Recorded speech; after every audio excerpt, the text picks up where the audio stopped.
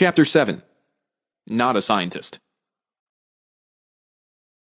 Before I continue, the universe would like me to remind you that I'm not a scientist by any stretch of the imagination as of the writing of this book, and probably won't be by the time you read this book, which is to say that I'm open to that desire if it ever presents itself internally, but right now, I do not have the will, desire, nor the educational background to be a full-time scientist or a doctor for that matter, which is good because I know this to be my benefit. I have, though, taken the sciences that I've learned under my own understandings and many successes, and from those, I believe, are making them easier for other brains to process in the context that I'm writing. I also think I just described translation. The information conveyed in this book is from my perspective, which also means there is a fair amount of opinion that is seen through the filters I have and may not necessarily align with your filters at the moment. Be cool with this because it means that you're your own person. These perspectives have helped me greatly. But I also know that this experience is ever evolving, and so let what resonates with you resonate with you, and let the rest go. Also, if you feel the need to research anything here or anywhere in this book, please do. Do it even if you don't feel the need. And if you believe that I'm lying about not being a scientist, please see the accompanying photo for proof. Here's proof that I'm not a scientist. See how different we look? Did you know that every one of the cells in each of our bodies will completely regenerate every 7-ish years? That is, all the cells in our body are regenerated over the course of 7 years, except for our neurons, which hold the memory of who we think we are, our patterns and behaviors, and our everyday functions. All the data from our lives, whether we remember it consciously or not, is held in the transmission of information between our neurons and something else. Or you can say that it's in the cloud, if that helps to visualize it. It is estimated that the human body has 100 million neurons in the gut, which is about the size of a cat's brain. Another 40,000 specialized neurites in the heart, and around 100 billion in the brain, which are all connected and communicating with each other and the something else every moment of our lives. Now, it is estimated that the human body has in the area of 50 trillion to 100 trillion cells that make up the whole of the organism. Nobody said I couldn't sound like a scientist. Each one of those cells comes with its own receptors or antenna that are unique to you and your DNA. It's unique, like a snowflake or fingerprint that nobody else has. And it is also an antenna that sends and receives signals that communicate only with you. It's like how our phones are always communicating with something we can't see, but are also programmed to send and receive the specific signals we command it to. So, when you dial a number or order something online, you'll get the person you were looking for or the item you bought, unless people are avoiding your phone calls or if the thing you ordered was from Wish. What I'm hoping to get across from the paragraph above is that we are the ones controlling who we call, when we call them, and if we want to receive someone's phone call when they call. With the exception of things like carrier updates or which signal to search for, we have control of where we want to direct our signal. The antenna that our cells have act in the same fashion. They're continuously communicating information with something we can't see or hear to perform our basic functions, like our hearts beating, or the necessity to breathe.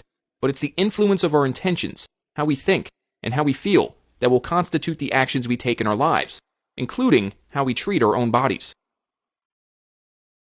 With the understanding from the previous sentence, I want you to really get that your thoughts, feelings, and actions are what you use to communicate with yourself, and the something else that I mentioned earlier, which is God, the universe, source, the thing beating my heart, and so on. I want to create the possibility that if you have an underlying intention like, I'm going to be healthier, that's the thought you'll start to tune into, which will lead to you to beginning to take your very own necessary actions to look, feel, and be healthier. Soon, I'm going to be healthier may become, look how healthy I am, because you will see that your body is responding to the thoughts and emotions that are creating your actions. You can also think of these receptors of your cells like your radio, GPS system, Wi-Fi, or anything that can tune in and send or receive signals, just far more advanced than anything we know of. It's so advanced that in all likelihood, humans may never know more than the gist of how it works. Or maybe I'm just saying that because I'm really not a scientist. Just to expand on what I mean by more advanced, and to open the idea of what might be happening within the invisible signals that are constantly building and evolving who we are every moment, each one of our cells also sustains an estimated 100,000 chemical reactions happening every second of every day. So we can use the brain power and appropriate muscles to complain about how Denny's used to be such a nice family restaurant, and now it seems more like a fancy Waffle House. How's that for a run-on sentence? That's how much the universe loves each and every one of us unconditionally. It allows for all that process to happen so we can be alive and experience whatever experience we want, and even gives us the unique invention of the run-on sentence to learn it in. We are literally and seriously building who we are with every thought we have and action we take, and the universe is providing the free will, love, and space to do it in. If you haven't heard the term epigenetics by now, you just did, and you're welcome, because this term infinitely expands the understanding of who we are on a biological level, if you allow for the possibility, which you're doing if you're using the kindergarten mentality. Epigenetics is the understanding that our genes, which reside in our cells, are a blueprint to build from, and not a medical destiny based on our inherited past like we've been led to believe. The word epi means above, and a gene, genetics, is described as a region of DNA that encodes function.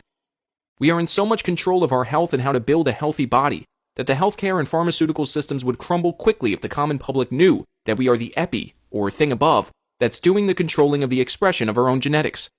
Maybe that's why we don't learn this in school.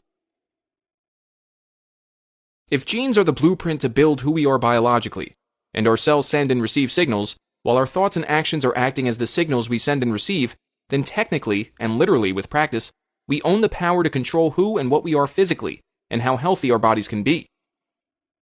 The easiest way to say it for me would be that our neurons are building the house that houses them based on how we think and feel, because how we think and feel are determining the actions that make us think and feel our own unique way. How far does this go? It's infinite. How good do you want to get at owning your thoughts and emotions? If we own our thoughts and emotions, then we also own the actions we take every day for ourselves, because we're not succumbing to the addictions that distract us. How healthy could a body be that doesn't have to watch 2 hours of television per day to get unhealthy doses of manufactured dopamine? Exactly. If we're always looking for the next medical breakthrough to help humanity become healthy, then we're focused on what other people are doing for us to be healthy, and not taking the responsibility for ourselves. Researching topics like psychology, neurology, quantum physics, as it relates to our being and bodies, and epigenetics helped me realize that it is my mind and my body to take personal care of, and that I was letting other people fill my head with how to take care of it instead of listening to what it has to say in real time. Science helped me realize that my growth is not in what I learned about the science. My growth is in listening to the science telling me to listen to my body, and trust the magic of treating the vehicle my consciousness resides in with love, spiritually, physically, and mentally. I don't need to be a scientist to know that my body doesn't respond to pharmaceuticals like it does to natural foods, fruits, vegetables, water, nuts, meat, and so on. It also doesn't respond to sitting in front of a computer all day or binge watching my favorite TV shows like it does to activities like taking walks, meditation, and exercise. Listening to science telling me to listen to my body has been much more productive for me than listening to the science marketed in pharmaceutical commercials, and all the internet experts change the way they sell and tell everyone how to eat and achieve health through fad diets and miracle pills that can have nasty effects. Even though pharmaceuticals are definitely a type of science that is very popular right now, when I started to listen to what my body was saying, I easily realized that their science was being sold to me in ads everywhere I looked. They made me feel like shit when I took them as directed, and eventually ruled them out as being any type of beneficial to me. Understanding that science proves itself wrong far more than it proves itself right, like in the case of pharmaceuticals that rarely work or do more harm than good, allows me to use science I seek out to learn as a beneficial tool and be able to choose what will help me move forward in my evolution using my interpretation, instead of using misleading data sold to me in between innings of a Cubs game as fact, while having a person also weirdly tell me that I need to see my doctor right away even though I feel great. Am I shitting on science or doctors? Never. I'm shitting on the notion that the pharmaceutical companies have the most advanced science available that is beneficial to the human body like we're led to believe.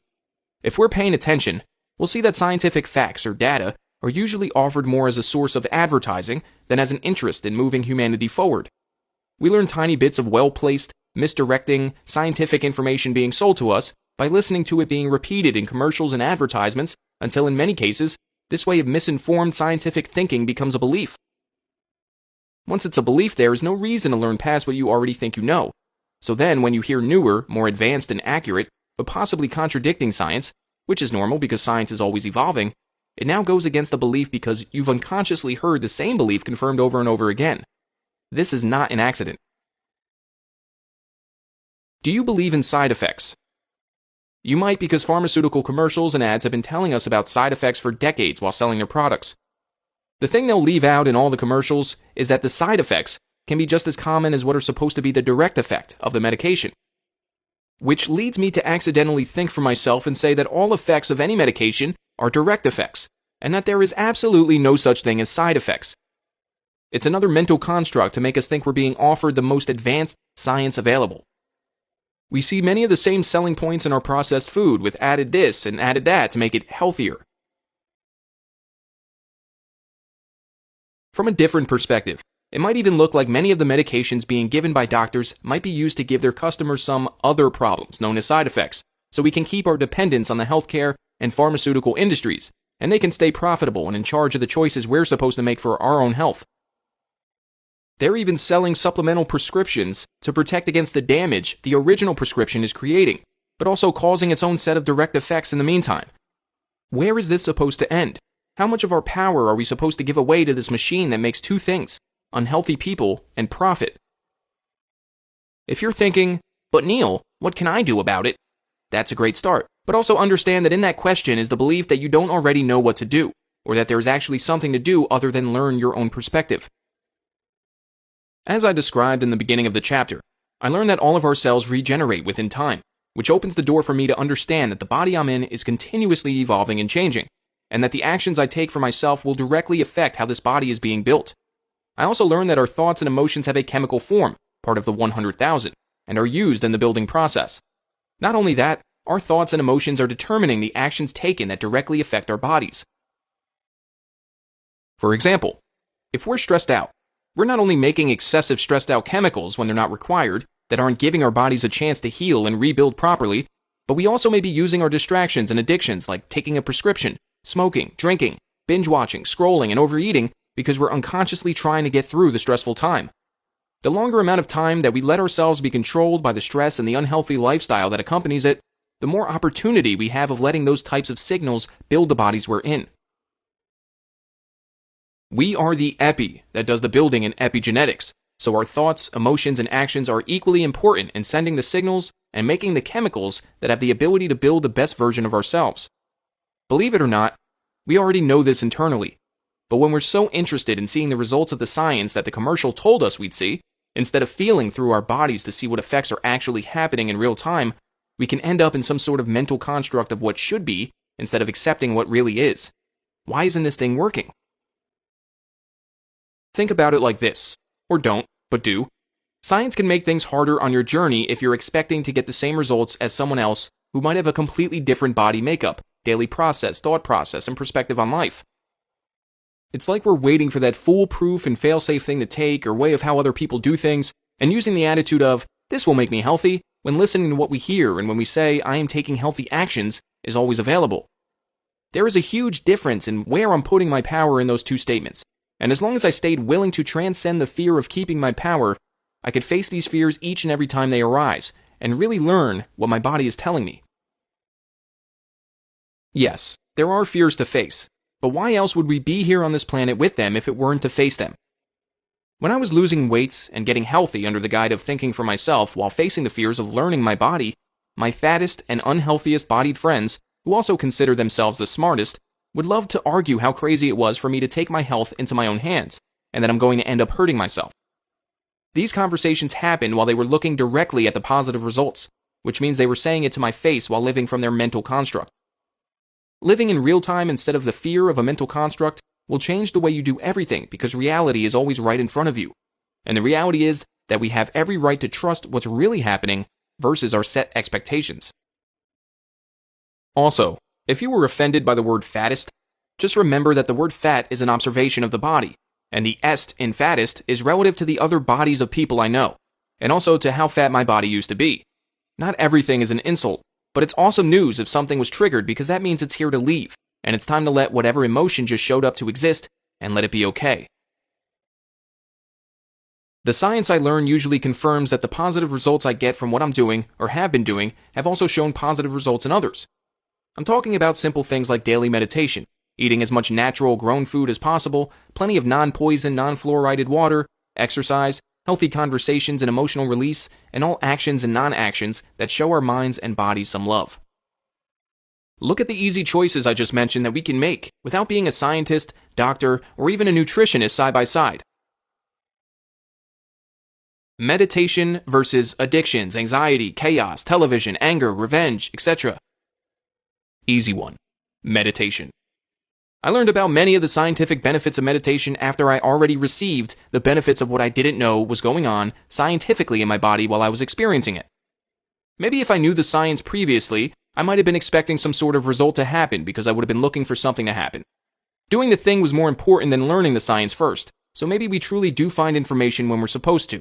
Next. Naturally grown food and well-raised protein versus the snack aisle and frozen food section. There are no stupid questions. Next. Pure clean water or filtered versus drinking the poison, fluoridated water that comes out of most faucets in the US. I used to be okay with the poison water until I learned for myself and then experienced for myself what the difference really is. If you're okay with the fluoridated water, use the kindergarten mentality and do some research. None of what you do is for me. It's all for your personal growth and expansion. Fluoride gums up our pineal gland, which helps us communicate with the thing beating our hearts. It's like a spiritual gateway, and it can affect our thoughts, actions, intuition, and even the physical pain of headaches. You know what happens when your car's antenna is unplugged or missing? That's what fluoride is doing to your communication to the thing beating your heart. It's a personal choice that makes me feel healthy in real time, and don't have to decide if any amount of poison is too much for me to handle. I'll just take out the poison option. Next. Exercise and movement that my body likes doing with the willingness to expand versus waiting for the right scientific exercise program to come along. If this is your problem, get up and take a walk right now. It's that simple. I chose the do something, do anything method. I've been athletic my whole life, even as I gained weight. But the thought of a rigorous exercise program seemed like too big of a challenge to overcome. So I did nothing by waiting for something else to come along that might seem like an easier way to get in shape. Then it popped into my head. What if I just rolled around on the carpet like I did when I was a kid for a half hour and did silly stuff?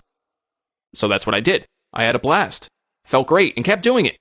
Then I started exploring other activities that I'd like to do. So now it's easier and more fun to challenge myself in my body. It's a natural progression when we let it be, and not always a harsh turn. Next. Healthy conversations and emotional release versus unhealthy conversations and unhealthy emotional release. You get where I'm going with this, and how easy taking responsibility for ourselves and our health can be when we decide to keep our power and use our energy to transcend the delusion of the bullshit machine obstacles we let it talk us into putting in our own way. That's a long, weird sentence to read, so I'm keeping it. I know these examples seem like extremely easy choices to make, but that's only because they are, which means you're a phenomenal observer, and you should keep honing that skill because it works best in real time. I took the complication out of making healthy choices by taking what everyone told me I should be doing out of it. I'm not a scientist. I was just honest. Maybe I'm an honestist. You too can be an honestist, and all you have to do is be honest with yourself, and put what you know is healthy in your body and see the results. Is that a new word? I just looked it up, and yes, honestist is a new word. How many new words is that in this book? I'm not suggesting that anyone abandon science, which I'll keep saying, because it has backed up every miracle that has taken place in my mind, body, and spirit. What I am saying is really look deeply and be honest with yourself about the effects of what advice you're following or what pills you're taking, because you're opening the door to your freedom from it when you do. Never abandon science, but don't count on it to work for you either. That's giving your power away to something else. You're alive. You already work and you're not broken. Learn you and your body first and add the proper science that works for you when you know what you need. Things sometimes work better when you realize that you're better off without them. We're trained to get caught up in guesswork made by medical students. All doctors are practicing, which means they're students, that learn from pharmaceutical companies and get paid from prescribing more pharmaceuticals. Just because it's sold as science doesn't mean it can't be poison. It's okay to learn what you need from you first.